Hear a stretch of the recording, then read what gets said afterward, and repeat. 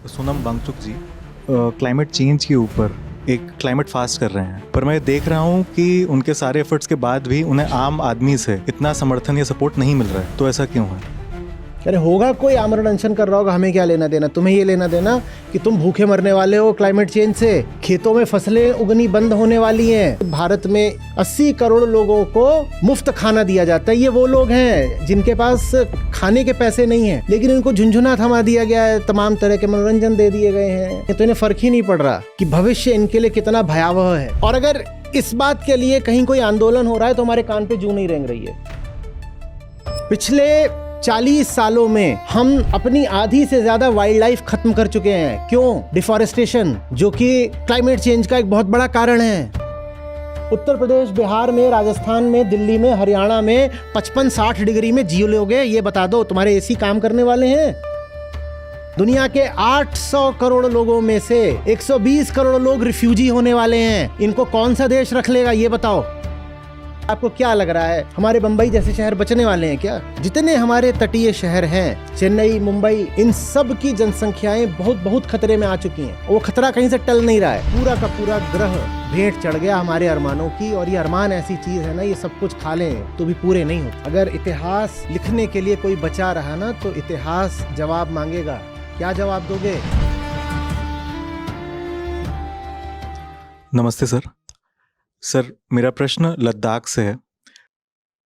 सोनम वांगचुक जी climate change के ऊपर एक क्लाइमेट फास्ट कर रहे हैं, और ये मुद्दा इतना महत्वपूर्ण है जहाँ पर वो इस पृथ्वी के साथ जो भी कुछ हो रहा है उसको लेकर जागरूकता बढ़ाने की कोशिश कर रहे हैं। पर मैं देख रहा हूँ कि उनके सारे एफर्ट्स के बाद भी उन्हें आम आदमी से इतना समर्थन या सपोर्ट नहीं मिल रहा है। तो ऐसा क्यों है? आम आदमी को पहले पता तो होना चाहिए ना कि क्लाइमेट क्राइसिस पूरी है क्या, तब समर्थन देगा ना। वो जो कर रहे हैं सोनम वांगचुक जी, वो तो एक मुद्दे पर कर रहे हैं। उस मुद्दे से जब इस देश के आम आदमी को कोई रिश्ता ही नहीं है, तो लोगों की नज़र में ये एक छोटी सी बात है। वैसे भी लद्दाख दूर दराज का इलाका है, आबादी भी वहाँ बहुत कम है। एक छोटे शहर जितनी पूरे लद्दाख के विस्तार की आबादी है। आम आदमी को अगर पता हो कि दुनिया में अगर अभी 800 करोड़ लोग हैं, और उसमें से 300 करोड़ लोग हैं वर्तमान में ही जिनको ठीक खाना नहीं मिल पाता है, 240 करोड़ लोग ऐसे हैं जिनको खाना मिल भी पाएगा कुछ निश्चित नहीं होता है। मिल गया तो ठीक है, नहीं मिला तो नहीं। और लगभग 80-90 करोड़ लोग ऐसे हैं जो अनिवार्यतः भूखे सोते हैं। ये बात आम आदमी को पता है क्या? इसका क्लाइमेट से क्या रिश्ता भी बताऊंगा। 800 करोड़ की दुनिया की आबादी, उसमें से 300 करोड़ लोग ऐसे हैं जिनको खाना मिल तो रहा है, पर वो खाना पोषण में कमज़ोर है, ठीक ठाक नहीं है। वो खाना खा करके आप एक स्वस्थ जिंदगी नहीं जी सकते। 240 करोड़ लोग ऐसे हैं जिनका पक्का नहीं होता कि उन्हें खाना मिलेगा भी कि नहीं मिलेगा। और 80-90 करोड़ ऐसे हैं जिनका पक्का होता है कि इनको खाना नहीं ही मिलना है। और क्लाइमेट चेंज से जो प्रमुख फसलें हैं, सब की सब, गेहूं, चावल, मक्का, ज्वार, बाजरा, ये इनकी ईल्ड में 15 से 25% की कमी आनी है। और ये सारी की सारी कमी जाकर किनके ऊपर टूटेगी? उन्हीं के ऊपर जिनकी परचेजिंग पावर, खरीद पाने की क्षमता सबसे कम है। साधारण डिमांड और सप्लाई का नियम तो जानते हो ना। जब किसी चीज की सप्लाई कम होती है तो उसका प्राइस बढ़ जाता है। जब प्राइस बढ़ेगा तो कौन नहीं खरीद पाएगा? अमीर लोग। जो गरीब है वही नहीं खरीद पाएगा, और जो गरीब है वो वैसा है जो अभी ही खाने को नहीं पा रहा।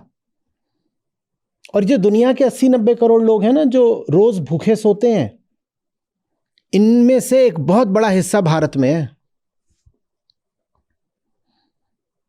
और यही लोग, हमारे भारतीय लोग ही, जो या तो भूखे सो रहे हैं या जिनको खाने की आपूर्ति की भी कोई गारंटी नहीं है, या जिनको खाना मिलता तो है पर ऐसा नहीं होता कि उसमें सब पोषक तत्व हों। इन्हें ही कोई फर्क नहीं पड़ रहा कि क्लाइमेट के साथ क्या होने जा रहा है। अरे होगा कोई आमरण अनशन कर रहा होगा, हमें क्या लेना देना। तुम्हें ये लेना देना कि तुम भूखे मरने वाले हो क्लाइमेट चेंज से। खेतों में फसलें उगनी बंद होने वाली हैं, और जिनकी वजह से खेतों में फसलें उगनी बंद होंगी उन्हें फर्क नहीं पड़ेगा। उनके पास बहुत पैसा है, अपनी आमदनी का वो खाने पर 1 या 2% खर्च करते हैं, बस उनके पास इतना पैसा है। वो 2% पहले खाने पे खर्च करते थे, अब 3% खर्च कर लेंगे, उन्हें कोई फर्क नहीं पड़ेगा। खाने पर सबसे ज्यादा अपनी आमदनी के अनुपात में व्यय गरीब आदमी करता है। अमीर आदमी अपनी आमदनी का 1 या 2% खाने पे खर्च करेगा, और गरीब आदमी अपनी आमदनी का 60-70% लगाता है खाने पर। जब खाना महंगा हो जाएगा क्योंकि आपूर्ति कम हो जाएगी, तो इन गरीबों का क्या होने वाला है। हम तो वैसे भी इस बात पर बड़ा फख्र अनुभव करते हैं ना कि भारत में इतने करोड़ लोगों, कितने 80 करोड़ है ना, 80 करोड़ लोगों को मुफ्त खाना दिया जाता है। ये वो लोग हैं जिनके पास खाने के पैसे नहीं हैं। हमारी 2/3 आबादी ऐसी है जिसके पास ठीक से खाने के पैसे नहीं हैं, और क्लाइमेट चेंज की गाज सबसे ज्यादा इन पे गिरने वाली है। लेकिन इनको झुंझुना थमा दिया गया है, तमाम तरह के मनोरंजन दे दिए गए हैं, धार्मिक कलाबाजियां दे दी गई हैं, तो इन्हें फर्क ही नहीं पड़ रहा कि भविष्य इनके लिए कितना भयावह है। और ये भविष्य भयावह किनके कारण होने जा रहा है? उनके कारण होने जा रहा है जिनके पास पहले ही पैसा है, और जो और पैसे की हवस में लद्दाख जैसी जगहों का दोहन करना चाहते हैं। जैसे हसदेव का जानते हो ना, वहां क्यों काटे जा रहे हैं जंगल? इसे थोड़ी जंगल काटे जा रहे हैं कि धूप नहीं आती थी, ठंड बहुत लगती थी, जंगल काट दो धूप आएगा। वहां इसलिए काटा जा रहा है कि नीचे खनिज है, मिनरल्स है, उन्हें निकालना है। वैसे ही लद्दाख में भी कुछ क्षेत्र हैं जो मिनरल रिच हैं, इसीलिए लद्दाख को स्वायत्तता नहीं दी जा रही है। वो कह रहे हैं कि भाई हमें देखने दो, हमारी जगह है, कि हमें इसका क्या करना है। करें नहीं, हम देखेंगे। जो दोहन करेंगे वहां पर जाकर के उन मिनरल्स का, उन्हें कोई फर्क नहीं पड़ेगा, भूखे नहीं मरने वाले। लेकिन जो बेकसूर है, गरीब है, वो भूखा मरने वाला है क्लाइमेट चेंज की वजह से। ये बात हमें नहीं समझ में आ रही है।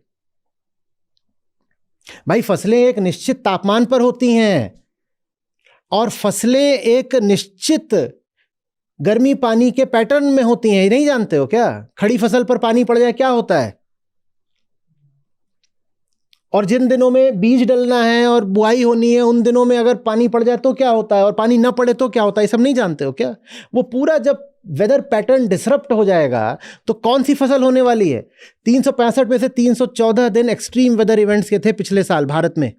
365 में 314 दिन, माने एक भी दिन ऐसा नहीं था जब देश में कहीं ना कहीं कोई एक्सट्रीम वेदर इवेंट ना हुआ हो। एक्सट्रीम वेदर इवेंट क्या होता है? 2 तरीके का होता है। एक होता है टेम्परेचर का, एक होता है प्रेसिपिटेशन का। टेम्परेचर और रेनफॉल, उसमें आप फिर साथ में साइक्लोन वगैरह भी जोड़ सकते हो। या तो गर्मी बहुत ज्यादा है कहीं ना कहीं, या बारिश बहुत ज्यादा है, बहुत कम हो रही है कहीं ना कहीं, या फिर कहीं पर जबरदस्त अंधड़ तूफान चल रहा है। इसमें फसलें होंगी। पर आम आदमी को बात समझ में नहीं आ रही है। आम आदमी मनोरंजन में व्यस्त है। आम आदमी के पास दूसरे मुद्दे हैं। चुनाव आ रहा है, इसमें और तमाम तरीके के टीवी में आ रहे मनोरंजन, वो देखने हैं। ये मैंने खाने की बात करी। अभी ये जब हम भूखे लोगों की बात कर रहे हैं, बड़ा एक रोचक, ट्रेजिक लेकिन रोचक आपके सामने आंकड़ा रख रहा हूं।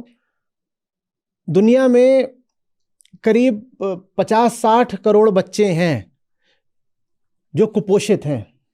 उन 50-60 करोड़ में 10-20 करोड़ ऐसे हैं, या 8-10 करोड़, जिनको वेस्टेड कहते हैं।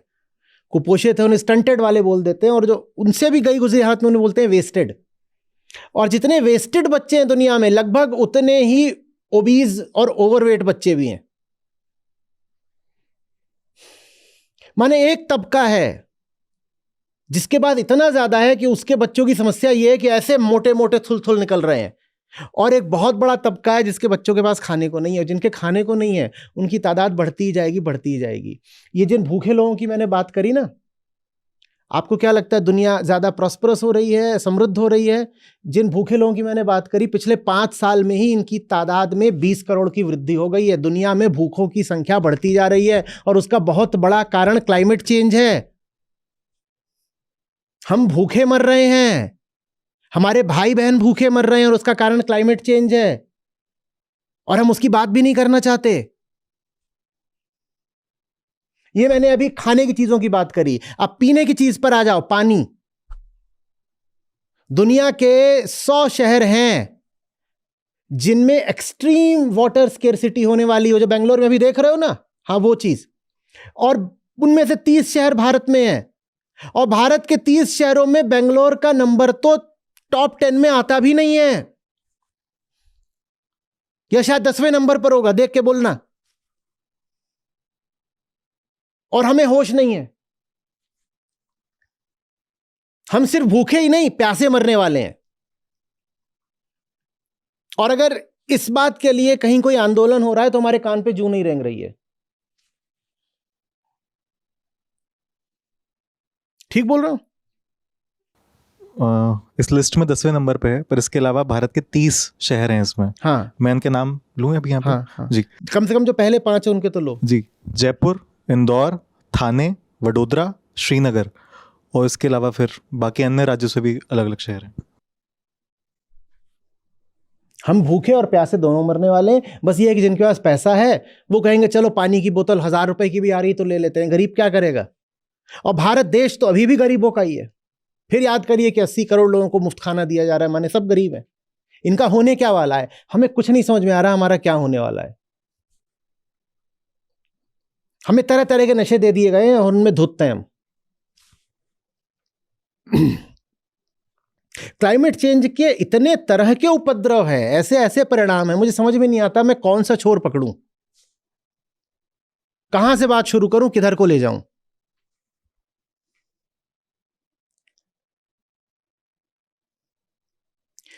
सूखने से पहले बाढ़ आएगी, क्योंकि जब ग्लेशियर पिघलेगा तो पहले पहल क्या आती है? तो पहले तो बाढ़ आएगी।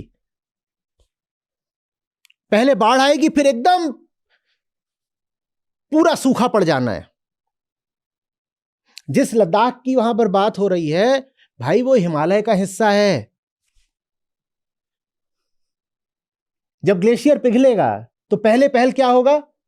भारत की 150 करोड़ की आबादी में से आधी से ज्यादा जो हिमालयन रिवर्स हैं उन पर आश्रित है, पूरा उत्तर भारत। और ज्यादातर उत्तर भारत की नदियां हिमालय से ही अपना पानी पाती हैं। जब इतनी तेजी से ग्लेशियर पिघलेगा तो बाढ़ आएगी, और उसके बाद कुछ नहीं। अपनी नदियां देखने को तरस जाओगे, नदियां नहीं है। और ये बहुत आगे की हम बात नहीं कर रहे हैं, ये बात हम अभी की कर रहे हैं। ये सब कुछ अगले कुछ सालों में, कुछ दशकों में होने जा रहा है। लद्दाख में ग्लेशियर्स के पिघलने के कारण जो वहां के की झीलें हैं और तालाब हैं वो खतरनाक स्तर तक भर गए हैं। जब उतना भर जाते हैं तो फटते हैं, और जब फटते हैं तो निचले इलाकों में बाढ़ आती है। वैसे ही कुछ हुआ था कुछ साल पहले, कितने साल पहले आप देख लीजिएगा, कि वहां पर एक भारी झील भर गई थी। तो इन्होंने, सोनम वांगचुक ने कहा कि एक दूसरे तरीके से इसमें साइफनिंग कर देते हैं पानी की। सरकार मानी नहीं। सरकार ने उसमें ब्लास्ट कर दिया। नीचे खूब तबाही आई, फसलें उड़ गईं, पुल उड़ गए, जान माल हर तरह की तबाही हुई। फिर बाद में सिक्किम में ही वैसी स्थिति आई तो इनको बुलाया गया, उनको कहा गया कि आप जिस साइफनिंग की बात कर रहे हो कर दीजिए ताकि जल स्तर थोड़ा कम हो जाए तो बच जाए हम। बात समझो, आप नहीं समझ सकते कि कितनी बर्फ जमा है ये हिमनदों में। इन्हें हिमनद बोलते हैं, कि एक नदी में कुल जितना पानी हो सकता है उतना पानी एक ग्लेशियर में है। हिम नद, और वो पानी जब पिघलेगा तो क्या होगा, कैसी तबाही आएगी, और वो पिघल रहा है।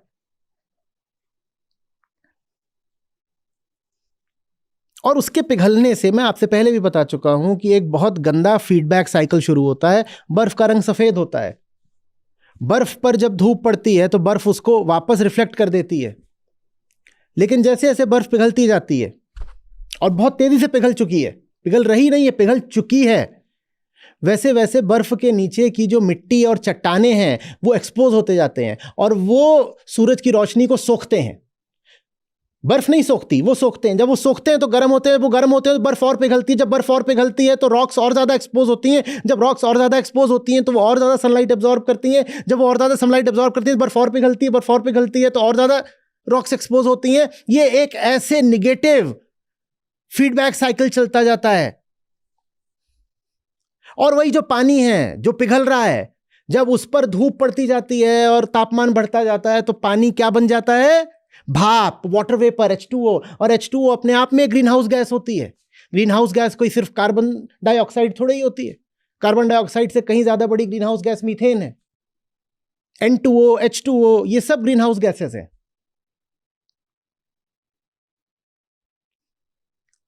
ओशंस हमारे कार्बन सिंक्स हुआ करते थे, वो अब कार्बन सिंक्स की जगह कार्बन एमिटर्स बन गए हैं, क्योंकि पानी कार्बन डाइऑक्साइड को सोखता है, लेकिन उनका तापमान इतना बढ़ गया है कि अब वो कार्बन एमिटर्स होते जा रहे हैं।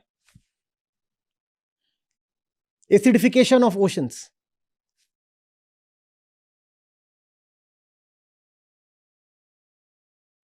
बात कुछ कुछ समझ में आ रही है?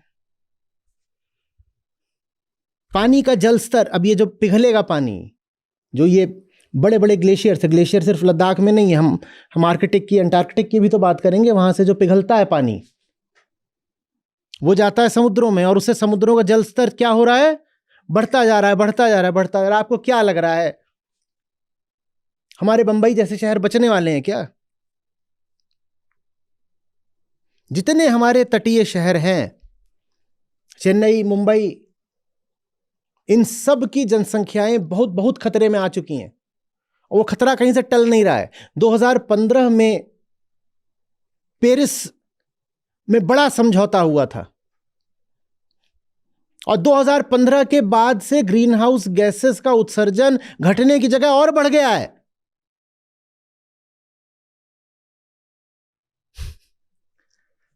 हाँ, जिस गति से पहले बढ़ रहा था उस गति से नहीं बढ़ रहा है, लेकिन कम नहीं हो रहा, और बढ़ रहा है। आप पहले ही एक बहुत खतरनाक हालत में थे, आपकी हालत और खतरनाक हो रही है।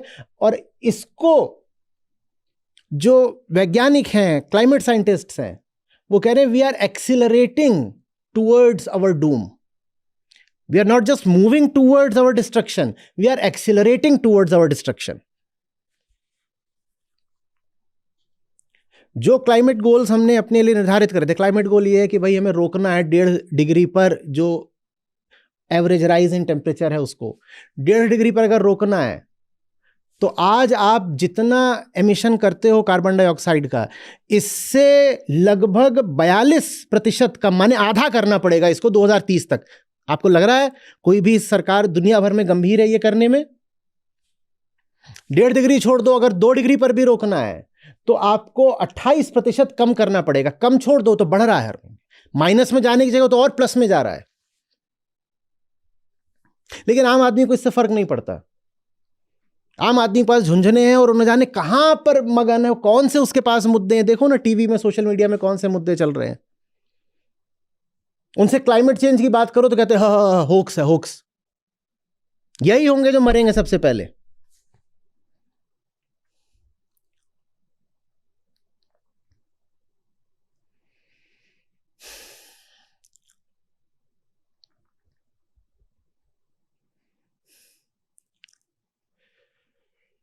पिछले 40 सालों में हम अपनी आधी से ज्यादा वाइल्ड लाइफ खत्म कर चुके हैं। क्यों? डिफॉरेस्टेशन, जो कि क्लाइमेट चेंज का एक बहुत बड़ा कारण है। आप ये समझ पा रहे हो? पृथ्वी पर जीव जंतुओं की जितनी प्रजातियां हैं उनमें से आधी से ज्यादा हमने सिर्फ पिछले 40 साल में खत्म कर दी हमेशा के लिए, वो अब कभी लौट के नहीं आएंगे। और खत्म करने की दर हर साल के साथ बढ़ती जा रही है।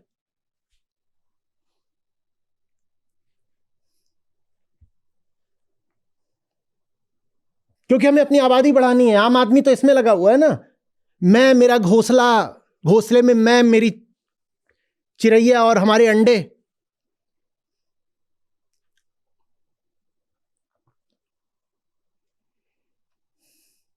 इस पूरी चीज का सबसे बड़ा कारण है जनसंख्या। एकमात्र कारण आप कह सकते हो जनसंख्या है।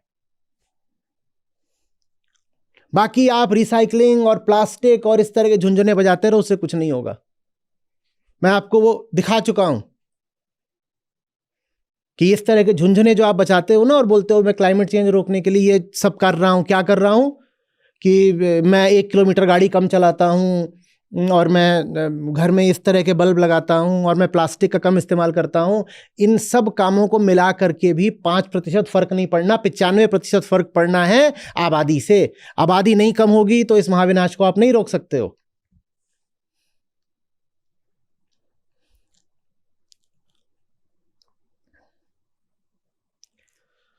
ये जो पूरा हिमालय का क्षेत्र है, दुनिया भर के वैज्ञानिक कह रहे हैं ये एक इकोलॉजिकल डिजास्टर बन चुका है।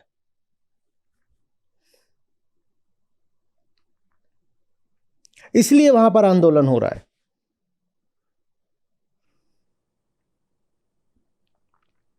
और सरकारें लगी हुई है कि नहीं साहब अभी तो हमें और खनन वगैरह करने दो। जब आप खनन करते हो उससे कार्बन निकलेगा ना। आप कुछ कर रहे हो, कोई भी एक्टिविटी कर रहे हो आप, चाहे आप वो टूरिज्म एक्टिविटी कर रहे हो, कुछ भी कर रहे हो, तो उससे सूट निकलता है। क्या निकलता है? सूट। वो छोटे छोटे महीन टुकड़े होते हैं कार्बन के, जैसे आपके व्हीकल के एग्जॉस्ट से निकलते हैं। वो जब बर्फ पे पड़ेगा तो बताओ क्या होगा? वो जो सूट है, अरे जला हुआ ईंधन, धुआं, वो जब बर्फ पे पड़ेगा धुआं तो क्या होगा? बर्फ कैसी हो जाएगी? बर्फ काली होते ही क्या करेगी? हीट एब्जॉर्ब करेगी। हीट एब्जॉर्ब करते ही वो पूरी पिघल जानी है। ये हो रहा है लद्दाख में। लद्दाख का बहुत फ्रेजाइल, बहुत कह लो कमजोर एक और नाजुक इकोसिस्टम है। वो नहीं बर्दाश्त कर रहा है ये जो चल रहा है। हम महाविनाश की कगार पर खड़े हुए हैं, लोगों को होश नहीं आ रहा। लोग किसमें मगन हैं कि हमें तो जीडीपी चाहिए, जीडीपी, क्योंकि विकास माने जीडीपी होता है। इस साल में ही, अब भविष्य की नहीं वर्तमान की बात, इस साल में ही भारत के जीडीपी को 10% की चोट पड़ी है मात्र क्लाइमेट चेंज के कारण। और आगामी वर्षों और दशकों में ये चोट 30 से 40% की हो जानी है। अब गिन लो कि कितने ट्रिलियन डॉलर का नुकसान हो गया। इससे जो आपकी व्यवस्था पे, शरीर पे और सेहत पे असर पड़ना है, मैं क्या बताऊं। 2 डिग्री औसत बढ़ोतरी की बात हो रही है तापमान की, 2 डिग्री औसत। और वो औसत बढ़ोतरी माने ये नहीं होगा कि दिन में और रात में सब में 2 डिग्री बढ़ जाना है। वो जो ज्यादातर तापमान बढ़ेगा वो दिन में बढ़ेगा, रात में लगभग उतना ही रहना है, थोड़ा सा बढ़ेगा। इसका मतलब दिन में बढ़ेगा 4 डिग्री, और जिस दिन एक्सट्रीम वेदर इवेंट होगा उस दिन बढ़ेगा 8 डिग्री। उत्तर प्रदेश, बिहार में, राजस्थान में, दिल्ली में, हरियाणा में 55-60 डिग्री में जी लोगे? ये बता दो, तुम्हारे एसी काम करने वाले हैं? एक बार को कल्पना ही करके देखो तुम्हारे एसी का क्या होगा 60 डिग्री में। एसी पिघल गया होगा। ये जो स्प्लिट एसी होते हैं उनकी जो यूनिट ऊपर रखी होती है, ऊपर जाके देखोगे तो उसमें से धुआं निकल रहा होगा, वो तार वार सब पिघले पड़े होंगे और ऊपर जा ही नहीं पाओगे। दोपहर में 12-1 बजे देखने भी नहीं जा पाओगे ऊपर कि एसी काम क्यों नहीं कर रहा है। ऊपर जा रहे होगे, सीढ़ियों पे लड़खड़ा के गिर जाओगे। वैसे भी घर में नहाने को तो छोड़ दो, पीने को भी पानी नहीं होगा।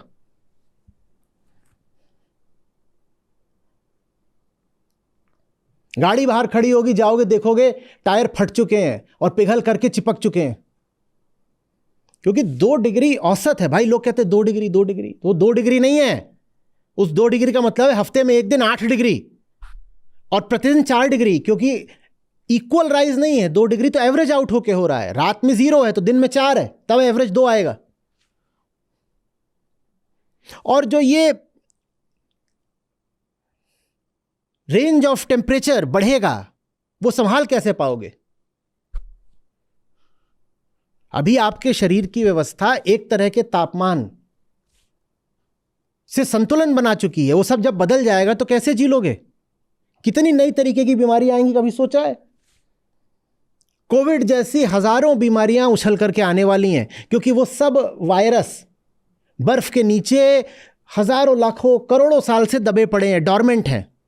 जब वो बर्फ पिघलेगी तो वो सारे वायरस बाहर आ जाने हैं। वायरस ऐसी चीज नहीं होती जिसकी कोई उम्र होती है। वायरस लगभग एक केमिकल की तरह होता है। केमिकल कोई उम्र होती है क्या?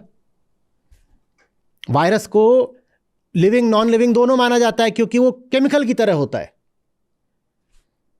वो करोड़ों सालों तक बर्फ के नीचे पड़ा रह सकता है, और जैसे ही बर्फ पिघलेगी वो बाहर आ जाएगा। जैसे कोरोना वायरस बाहर आ गया था उन गुफाओं से, उन चमगादड़ों से।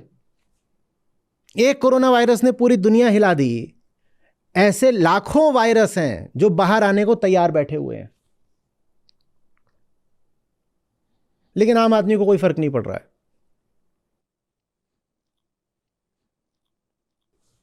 आज हम कहते हैं अरे वहां यूरोप के देशों में कुछ रिफ्यूजी आ गए, बड़ी समस्या हो जाती है। अमेरिका परेशान है कि मेक्सिको और अपने बीच में दीवार खड़ी करेंगे। ट्रंप कह रहा है नहीं, ये जितने हिस्पैनिक्स होते हैं बहुत बुरे लोग होते हैं, हमें रिफ्यूजी नहीं चाहिए। जर्मनी में, फ्रांस में, ब्रिटेन में, सब में रिफ्यूजी बहुत बड़ा मुद्दा है। भारत में भी बहुत बड़ा मुद्दा है रोहिंग्याज। अरे रोहिंग्या वाले आ गए, क्यों आ गए? सीएए का भी पूरा मुद्दा रिफ्यूजी से ही तो जुड़ा हुआ है। कह रहे कुछ रिफ्यूजी अच्छे होते हैं, उनको आने दो, उनके लिए हम एक विशेष कानून बनाएंगे। दुनिया के 800 करोड़ लोगों में से 120 करोड़ लोग रिफ्यूजी होने वाले हैं। इनको कौन सा देश रख लेगा ये बताओ? इन्हें क्लाइमेट रिफ्यूजीज बोलते हैं। ये नए तरीके के रिफ्यूजीज हैं, क्लाइमेट रिफ्यूजीज। 12-15 हजार रिफ्यूजी आ जाते हैं, शरणार्थी, तो हमारी हालत खराब हो जाती है ना। और ये 120 करोड़ जब बनेंगे शरणार्थी, तो पूरी दुनिया की जियोपॉलिटिक्स का क्या होने वाला है और इससे कैसे कैसी लड़ाइयां छिड़ेंगी, ये सोचो। और एक बात और समझना, जब लड़ाइयों की बात आ रही है, लड़ाइयां क्लाइमेट चेंज का अपने आप में एक बड़ा कारण है। हमने क्या कहा? जब कार्बन हवा में आता है, कार्बन माने ये जो सूट होता है, कार्बन माने छोटा कार्बन नहीं, पार्टिकुलेट मैटर नहीं, ये जो सूट होता है, जैसा लालटेन जलने पे देखते हो, लालटेन के शीशे पे जो इकट्ठा हो जाता है। जब बम फटता है या बम वर्षा के कारण कहीं आग लगती है, तो उस तरह की कालिमा खूब निकलेगी ना। वो कालिमा क्या करती है वातावरण में? हीट को और ट्रैप करती है। इसके अलावा कार्बन डाइऑक्साइड रिलीज होती है, वो अपने आप में ग्रीन हाउस गैस है। तो युद्ध अपने आप में क्लाइमेट चेंज को कंट्रीब्यूट करता है, और क्लाइमेट चेंज के कारण युद्ध और जबरदस्त तरीके से न छिड़े, ये हो नहीं सकता। सामरिक विश्लेषकों का कहना है कि बहुत संभव है कि अगले विश्व युद्ध का कारण क्लाइमेट चेंज ही हो, और अगला विश्व युद्ध बहुत दूर ना हो, बस कुछ सालों या कुछ दशकों की दूरी पर खड़ा हो। कहते भी है ना कि साहब जमीन पीछे छूट गई और ऑयल भी पीछे छूट गया, अगला विश्व युद्ध पानी के लिए होगा। पहले दोनों विश्व युद्ध हुए थे कॉलोनीज के लिए, जमीन चाहिए, कॉलोनीज। फिर अभी अतीत की जो बड़ी लड़ाइयां हैं पिछले 50 साल की, वो ज्यादातर हुई हैं तेल के लिए। आने वाली लड़ाई होगी सिर्फ और सिर्फ पानी के लिए। हम प्यासे मरने वाले हैं। और ये हम तब बात कर रहे हैं जब हम इस पृथ्वी की सबसे सबल प्रजाति हैं। नन्ही गौरैया का सोचो, उसका क्या होगा? पेड़ नहीं और तापमान 55-60, उसका क्या होने वाला है? एक बार को सोचो, उसका दर्द सोचो। पक्षियों का दर्द सोचो। पेड़ सारे काट दिए और तापमान कर दिया 55-60, क्या होगा उनका? और जब हम बात कर रहे थे ना कि प्रजातियां विलुप्त हुई हैं, उनमें सबसे ज़्यादा जो प्रजातियां विलुप्त हुई हैं वो है जो फ्रेश वाटर इकोलॉजी की होती हैं।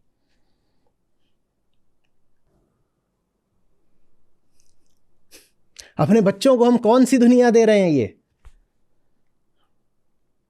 वो हमें कोसेंगे कि हमें क्यों पैदा किया, भुन भुन के मरने के लिए, रोस्टेड टू डेथ।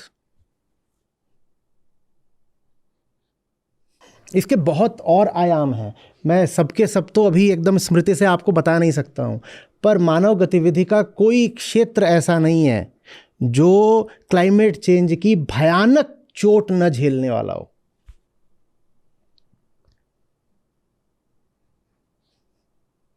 आप बताओ, ये बेचारे जो दिहाड़ी मजदूर होते हैं इनका क्या होगा? ये कैसे दिन में काम करेंगे? और कंस्ट्रक्शन एक्टिविटी तो सब दिन में ही होती है। किस तरह की हीट वेव्स चलेंगी, लू कैसी हो जानी है, कुछ समझ पा रहे हो?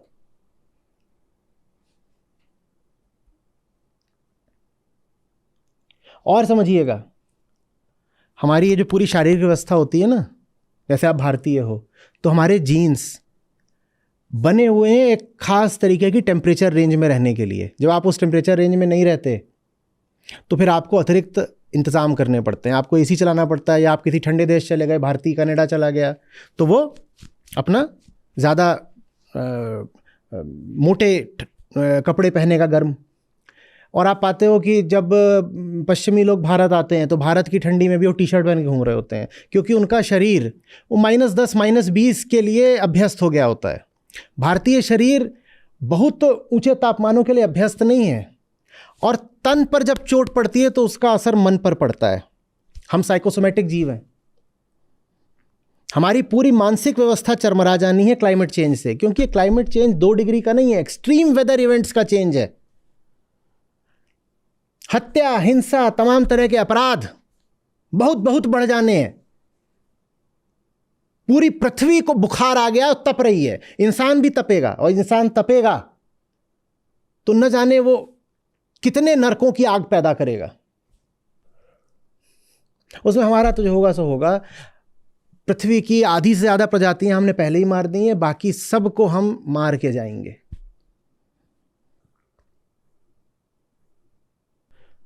कोई मुद्दा है जो मुझसे छूट रहा है प्रमुख? सर, ये एक रिपोर्ट मैं पढ़ रहा था, तो उसमें हिमालय के ऊपर कुछ बात कही थी इन्होंने। तो ये centre for science and environment की state of Indian environment report आई थी 2024 की। तो वो बता रहे थे कि 44% जो क्लाइमेट रिलेटेड इंसिडेंट्स होते हैं इंडिया में, वो हिमालयन रीजन में ही होते हैं। इसलिए लद्दाख में ये आंदोलन हो रहा है। क्लाइमेट रिलेटेड जो डिजास्टर्स होती हैं और एक्सट्रीम इवेंट्स होते हैं वो लगभग आधे हिमालय के ही क्षेत्रों में होते हैं। और हिमालय हमारे लिए बहुत मजबूत और बड़ी चीज़ है, उसको हम कहते हैं कि उत्तरी दिशा का हमारा प्रहरी। लेकिन आप अगर जियोलॉजिस्ट से पूछेंगे तो कहेंगे हिमालय बहुत कमज़ोर पहाड़ हैं। उन्हें बोलते हैं young fold mountains, young fold mountains. इसीलिए आप पाते हो कि उनमें भूस्खलन इतना ज़्यादा होता है, क्योंकि अभी वो कच्चे पहाड़ हैं। हिमालय अभी भी कुछ सेंटीमीटर प्रतिवर्ष उठ रहे हैं, अभी वो बन रहे हैं, अभी वो बच्चे हैं, यंग हैं, यंग फोल्ड माउंटेन्स बोलते हैं उनको। उनका निर्माण अभी भी हो रहा है, वो बहुत पुराने नहीं हैं। अरावली के पर्वत ले लो, बहुत पुराने हैं, उनमें कुछ नहीं धंसता। या कि आप विंध्याचल चले जाओ, भी पुराना। लेकिन हिमालय नया है। और हिमालय आप जानते हो ना कैसे बना है, कि एक भूखंड आ करके जो पुराना एशिया था उससे टकरा रहा है, और जब दो ऐसे टकराते हैं तो बीच में ऐसे हो जाएगा ना, ये ऐसे था, ये आया आया ऐसे, तो ये हिमालय है। ये ऐसे आया, बहता बहता बहता बहता इसे टकरा गया, हिमालय है। हिमालय अभी बहुत कच्चा है। उस हिमालय का क्या होगा क्लाइमेट चेंज के साथ, आप सोच लो। और आप जा करके देखो तो हिमालय में किस तरीके से पेड़ काटे गए हैं और वन संपदा बर्बाद करी गई है, और जहां से वहां जो कुछ भी लूटा जा सकता है लूटा गया है। हम यहां बैठे हुए हैं मैदानों पर, हमें उतना अंतर नहीं पड़ता, पर जो लोग वहां के वासी हैं वो तो बिलख रहे हैं ना। जोशीमठ याद है? और कुछ? सर साथ में जो आईपीसीसी की रिपोर्ट है वो पहले ये बता रही है कि जिस तरह से कार्बन उत्सर्जन बढ़ रहा है, हम लोग 3 डिग्री तक के टेम्परेचर राइज की तरफ बढ़ रहे हैं। तो यहाँ पर ये बता रहे हैं कि यदि इतना टेम्परेचर राइज हुआ तो 90% हिमालयन रीजन में साल भर तक चलने वाले सूखा पड़ सकता है। और हिमालय क्या होता है जानते हो ना? हिमालय वो दीवार है जिससे टकरा करके मॉनसूनी हवाएं बारिश बनती हैं। इसीलिए सबसे ज्यादा बारिश उत्तर भारत में कहाँ होती है? पर्वतों में। क्योंकि हिमालय ही वो दीवार है, आपकी बंगाल की तरफ से मॉनसून की हवाएं आती हैं और वो हिमालय की दीवार से टकराती हैं तो बारिश होती है पूरे उत्तर भारत में। फिर उस दीवार पर ही सूखा पड़ने वाला है, तो बाकी भारत का क्या होगा सोचो। उत्तर प्रदेश का क्या होगा, बिहार का क्या होगा, हरियाणा का क्या होगा, राजस्थान में वैसे ही नहीं कुछ होता, पंजाब का क्या होगा सोच लो। हिमालय पर सूखा, अकल्पनीय बात, वो होने जा रहा है। और है कुछ? सर अगर 3 डिग्री तक टेम्परेचर बढ़ेगा एवरेज टेम्परेचर, तो एक चीज़ है जिसकी हम बात नहीं करते हुए, लेकिन पॉलिनेशन। मैंने पढ़ा है और बहुत रिलायबल सोर्सेज से पढ़ा है कि ये 3 डिग्री का भी जो अंदेशा है जी ये भी पार होने वाला है। जी जी लोग 5 डिग्री तक की बात कर रहे जी। हैं। मतलब ये भी एक मतलब कंजर्वेटिव सिनेरियो है। हाँ, जो एक्सट्रीम सिनेरियोज में 5 डिग्री तक जा सकते 5 डिग्री तक जा सकता है। हैं। जी। मतलब यहाँ पर जो उन्होंने स्टडी में बताया वो ये कि यदि 3-4 डिग्री तक पहुंचेगा टेम्परेचर, जो पॉलिनेशन होता है वो रिड्यूस बाय हाफ, मतलब आधा हो जाएगा। ये जो फूलों का पॉलिनेशन है, आप जानते हो ना, ये इन सब के पास एसी नहीं होते। पेड़ पौधों के पास उनका पॉलिनेशन ही खत्म हो जाना है बहुत वजहों से। पॉलन ग्रेन्स कम प्रोड्यूस होंगे और जो एजेंट है पॉलिनेशन का, जब वही नहीं बचेगा तो पॉलिनेशन कहां से होगा? पॉलिनेशन के लिए क्या चाहिए होता है? कोई कीड़ा, कोई भौरा। जब वही नहीं बचा है तो पॉलिनेशन कहां से होगा? पॉलिनेशन नहीं होगा तो तुरंत प्रजाति समाप्त। लेकिन हमारे पास बहुत सारे मनोरंजक झुंझुने हैं। हम टीवी में मुंह डाले हुए हैं, हम सोशल मीडिया में मुंह डाले हुए हैं, और जो मुद्दा ऐसा है कि महाविनाश कि इतिहास में कभी ऐसी नहीं चीज हुई, उससे हम बेखबर हैं, बिल्कुल सो रहे हैं। अगर कुछ मुट्ठी भर इंसान बच गए तो वो हमारी पीढ़ी से पूछेंगे कि तुम कितने बेवकूफ लोग थे यार, तुम राजनीति में घुसे हुए थे, तुम तूतू मैमे में घुसे हुए थे, तुम ये समुदाय उस समुदाय में घुसे हुए थे, तुम खेल कॉमेडी मनोरंजन इसमें घुसे हुए थे, तुम इसमें घुसे हुए थे कि अभी और किस तरीके से हम बड़ी बड़ी इमारतें बनाए। जब प्रलय आ रही थी तुम ये सब मूर्खताएं कर रहे थे।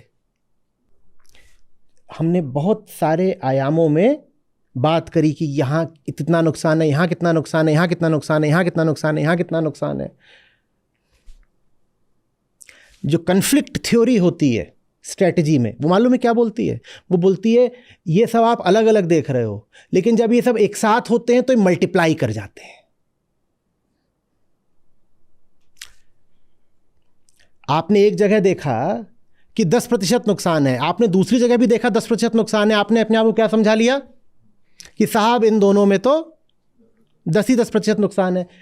जो कॉन्फ्लिक्ट थ्योरी होती है वो बोलती है ये दोनों जब एक साथ होंगे तो वो हो जाएगा 1.1 रेज़ टू द पावर 2, यानी 1.21, यानी 21% नुकसान हो। 10 नहीं है, वो 21% हो गया तुरंत। और अगर इस तरह के 2 की जगह 6 हो जाएं तो 1.1 रेज़ टू द पावर 6 हो जाएगा। देख लो, हमने कम से कम अभी 10 अलग अलग आयामों की बात करी है, वो 1.1 रेज़ टू द पावर 10 है, वो देख लो कितना होता है।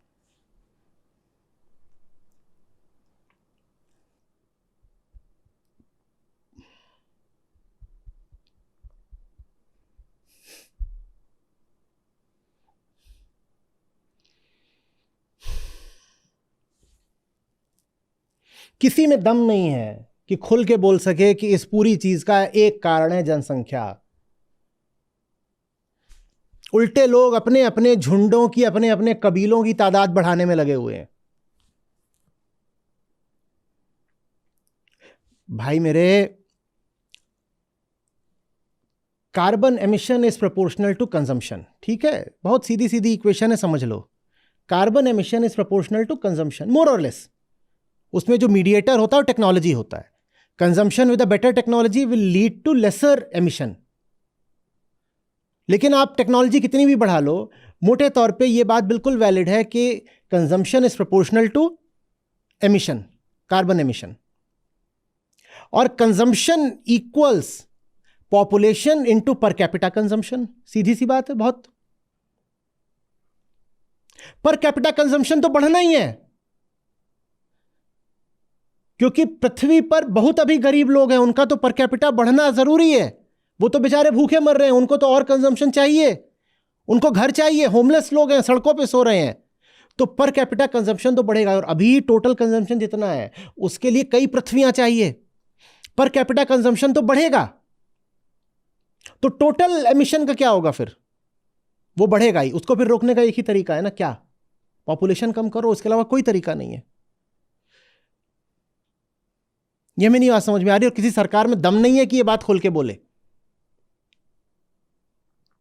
कि जनसंख्या को रोकने के अलावा कोई तरीका नहीं है महाप्रलय से बचने का। हम पूरी पृथ्वी को खा चुके हैं।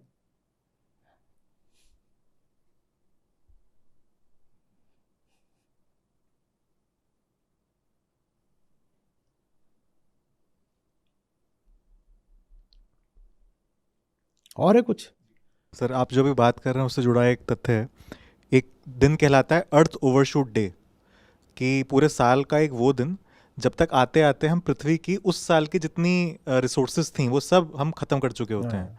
तो उसमें कहा जाता है कि अभी पृथ्वी का जो कंजम्पशन है हम इंसानों सितंबर का, अक्टूबर में आ जाता है। जी वो अगस्त में आ जाता है। अगस्त में ही आ और वो और पहले बढ़ता और पहले बढ़ता ही होता जा रहा है। मतलब समझ हाँ रहे सर। हो, साल भर का बजट दे रखा है पृथ्वी ने कि साहब इतना दिया, 31 दिसंबर तक खाना, जितना 31 दिसंबर तक खाना है इंसान उसको अगस्त में ही खा के खत्म कर देता है। तो अगस्त के बाद क्या कर रहे हो? अगस्त से दिसंबर तक ओवर ड्रॉ कर रहे हो। जो तुम्हें लेना नहीं चाहिए, जो तुम्हारा जायज हक अधिकार नहीं है, तुम उतना ले रहे हो। किससे ले रहे हो जानते हो? पशु पक्षियों से, पौधों से, पर्यावरण से। पृथ्वी को ही खा रहे हो। और ये ऐसा नहीं कि खा के निवृत्त हो जाओगे, वो कर्जे की तरह चढ़ता जाता है ऊपर। अधिक खाया है तो कर्ज की तरह चढ़ जाता है ना। और वो कर्जा हर साल कंपाउंडेड इंटरेस्ट की तरह, चक्रवृद्धि ब्याज की तरह बढ़ रहा है। पर हमें इसमें ज्यादा रुचि है कि अगली कौन सी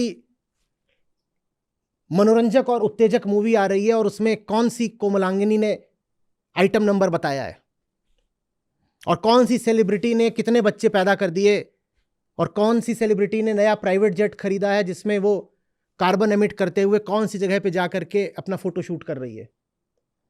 हमें इसमें ज्यादा रुचि है जानने में।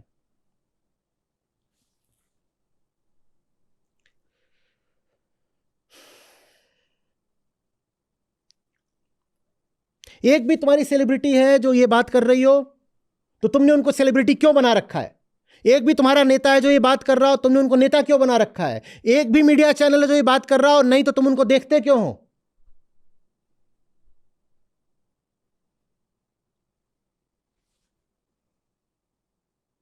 ये सब तो पाइट पाइपर्स हैं।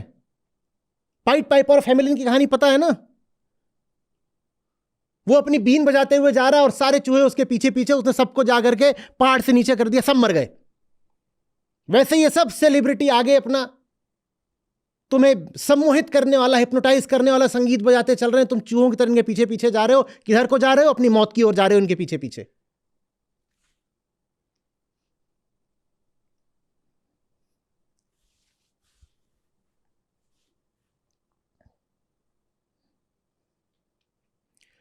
जिस सबसे मुझे अफसोस होता है जिस बात का, जो ये करतूते कर रहे हैं वो सबसे बाद में मरेंगे। सबसे पहले इंसानों में मरेंगे जो सबसे गरीब हैं। इसमें सबसे पहले और सबसे ज्यादा गरीबों पर कहर टूटेगा, और टूट रहा है। और इंसानी गरीबों से भी पहले उन पर टूटेगा जो इंसानी गरीबों से भी ज्यादा गरीब हैं, पशु पक्षी और पौधे, जिन बेचारों की कोई खता ही नहीं। मैं फिर पूछ रहा हूं, उस चिड़िया ने हमारा क्या बिगाड़ा है जो हमारी हरकतों से अब कहीं की नहीं रही, बर्बाद?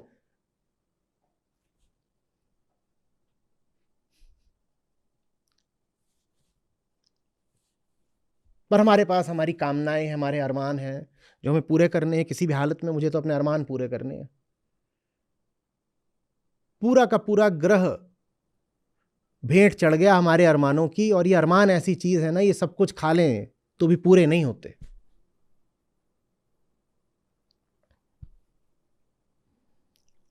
और कुछ, बहुत कुछ है अभी, और खुद जाइए, देखिए, पढ़िए, समझिए।